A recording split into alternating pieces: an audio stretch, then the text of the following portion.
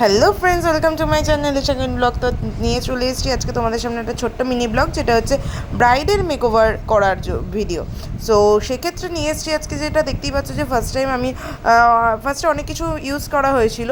তো গরমকাল বলে যেহেতু দেখতেই পাচ্ছ যে বেসটা ফার্স্টে প্রিপারেশন করা হয়ে গেছে। তো এই দিদির ব্রাইডের বিয়ে ছিল 9th মে। তো বিয়েবাড়িতে প্রচণ্ড গরম ছিল এবং লাইটের অবস্থায় মানে লাইটটা এতটাই কম ছিল যে খুব বুঝে মেকআপ করতে হয়েছে। খুব চড়া মেকআপও না, খুব নর্মাল মেকআপও নয়, একদম ব্রাইডালের মতনই মেকআপ করা হয়েছে। তো তোমাদের সামনে সেই ভিডিওটাই তুলে ধরছি। তো দিদির রিকোয়ারমেন্ট ছিল যে একদম নিউডের ওপর সিম্পল সাটেল মেকআপ হবে, আর হেয়ারটাও তাই নর্মাল করতে হবে, বান করতে হবে, সামনে ট্রিপল টং হবে, আর শাড়ি তো 8 পৌঁটে থাকবেই, যেটা সব সময় থাকে।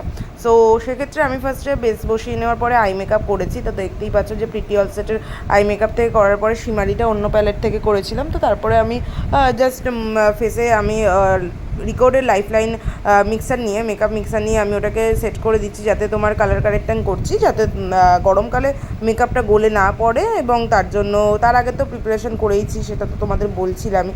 তো প্রিপারেশন করার জন্য যেই জিনিসগুলো দরকার ছিল, যেটা টোনার, ময়শ্চারাইজার, বেস প্রিপারেশনের কারেক্টিং সমস্ত কিছু নিয়ে সেট করেছি। আর প্রতিটা ব্র্যান্ডই ছিল আমার রিকোডের। সো রিকোডটা আমি প্রচণ্ড প্রেফার করি অল টাইপ সিজনের জন্য, কারণ বাজেট ফ্রেন্ডলির মধ্যে খুবই ভালো একটা ফিনিশিং দেয়, খুবই ভালো লাগে সেটা দেখতে, সেটা তোমরা দেখতেই পেয়েছো। তো ফাউন্ডেশনে বেস সেট করে দেওয়ার পরে দেন ফোনের টর্চ জ্বালিয়ে আর কি দিদি কলকা করছিল, এবং লাইটে একটু সমস্যা হচ্ছিল। তো যাই হোক, তো কলকাটা দেখতেই পাচ্ছ কতটা সুন্দর করেছে সুপর্ণাদি, তার জন্য অসংখ্য অসংখ্য ধন্যবাদ দিদিকে এতটা সুন্দর কলকা করার জন্য।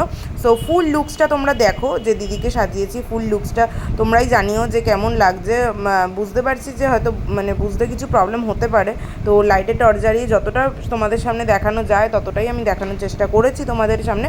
তো তারপরে দিদি কানের হাতের এইসব পরা টরা হয়ে গেছিলো।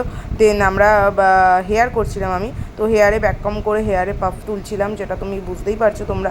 তো পাফ করে দেন পেছনটা ব্যাকে বান করেছি। তো বানটা রোজ দিয়ে বান করেছিলাম, সেটা তোমাদের সামনে ক্যাপচার করা হয়ে ওঠেনি, কারণ অনেকগুলো একা হাতে সবটা করছি, বুঝতেই পারছো।